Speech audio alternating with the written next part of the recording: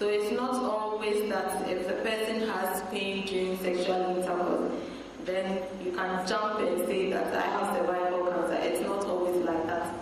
But it is a sign or it is a symptom that can be checked.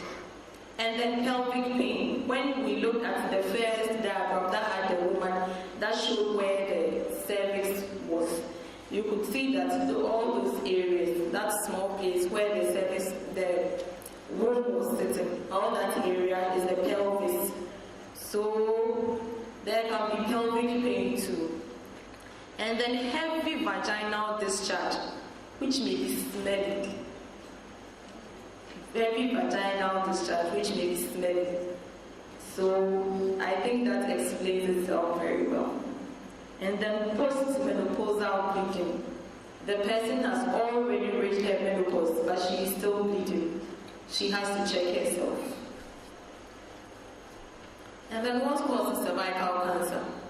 What at all causes cervical cancer? Because this thing looks very, very dangerous. What at all causes it? Now there is this virus, genital human papilloma virus, HPV, and it is the most important cause of cervical cancer. HPV is a very common germ found in the skin of the genital area of both men and women.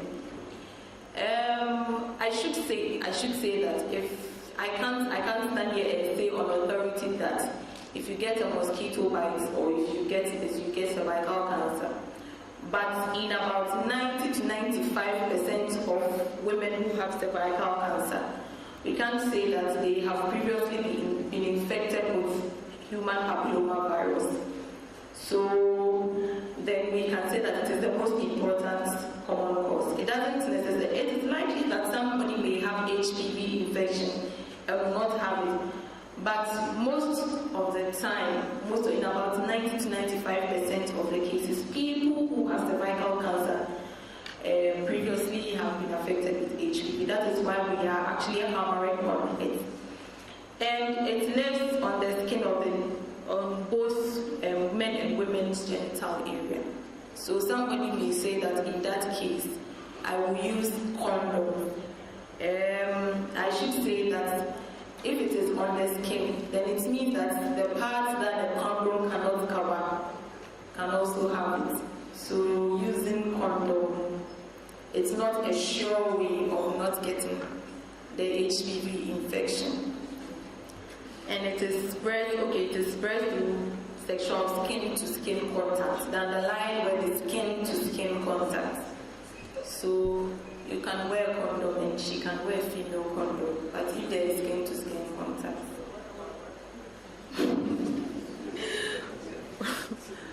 When a woman gets HPV infection, her immune system usually prevents the virus from causing any serious harm. We'll talk about the types of HPV, but one good thing that God gave all of us is that He gave us our immune system. So when a woman gets HPV infection, her immune system usually will prevent the virus from causing any harm. But unfortunately, there are some people, in a small number of women, the virus survives for many years. In a smaller number of women, the virus survives for many years. And when we talk about the risk factors, this point will be explained better. The virus eventually, that is the ones that did not go away, the ones that the immune system were not able to clear. The virus eventually can lead to the conversion of normal cells to cancerous cells. So when we look at, I think our third slide, we spoke that something may go wrong. Yes, HPV over here can be responsible for that something that can go wrong under some circumstances. So the viruses that do not go away can eventually lead to the conversion of normal cells to cancerous cells. HPV can be divided into two types depending on the ability to cause precancerous lesions. So it's not all HPV that can actually give you cervical cancer. Some of them can cause it, some of them cannot cause it. Those that are not that strong, that cannot cause it, which the immune system can easily clear, is called the low risk type, and they are less harmful. They cause less harmful conditions like warts. They are less harmful. They are called low risk type. And the stubborn ones, the ones that actually can give you the cancer, are the high risk type, and they are responsible for it. These include type 16, type 18, type 31, and then so forth. But in most cases, it is 16 and 18, the high risk type, the type 16 and 18, that cause the struggle in most cases, about 2/3 of the cancers. And then what are the symptoms of HPV? How does one know that she has HPV infection?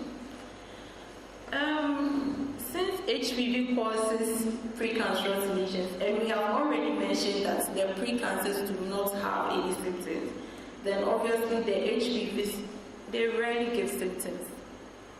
So if somebody has it, you will not know. Women who are infected with a strain of HPV that is linked to cervical cancer do not usually experience any symptoms. But because there are no symptoms, a regular PAP, or let me just generalize it by saying a regular screening, cervical cancer screening, is essential for detecting any abnormal changes caused by HPV. So you, the individual walking about, will not know. But luckily, there is cervical cancer screening, which we also talk about, that can help you to know that you have HPV infection, you have abnormal cells, you have precancerous lesions. So because you can't tell, it is very, very much advisable that every woman, especially any sexually active woman, takes pap smear, the commonest one these days. Pap smear, you go for a pap smear regularly to know your status. And then how is HPV prevented? HPV is a very common virus. It is essential that over 20 million Americans are infected with HPV. Okay. The only guaranteed means of preventing HPV is through absolute abstinence from all sexual contacts.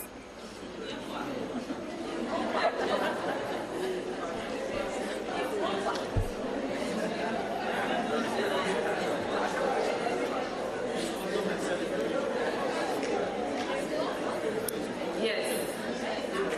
Maybe it's unfortunate, but that is what I can also guarantee. Yes, that's the only guaranteed means. Total abstinence from all sexual contacts. Yes, maybe it's unfortunate, but okay. There is no medical cure.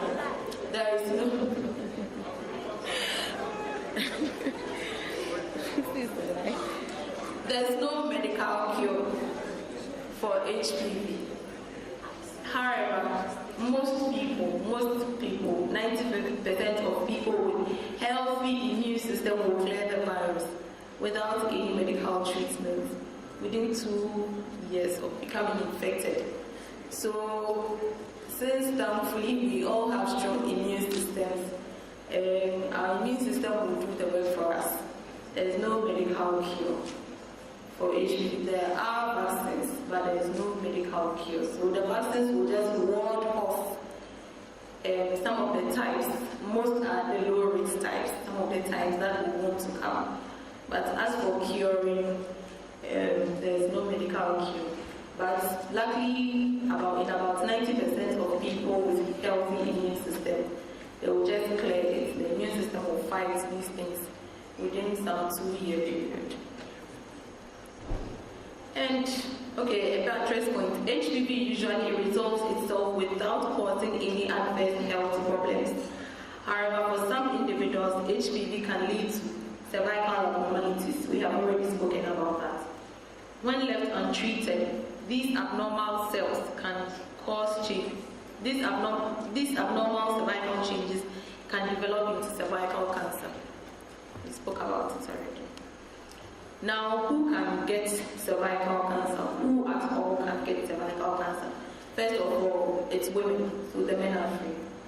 Every woman who has ever been sexually active is at risk of developing cervical cancer. Yes. Yes. Every woman who has ever been sexually active is at risk of developing cervical cancer, because we said that the HPV, which is the most common cause, is transmitted through sexual skin-to-skin contact. So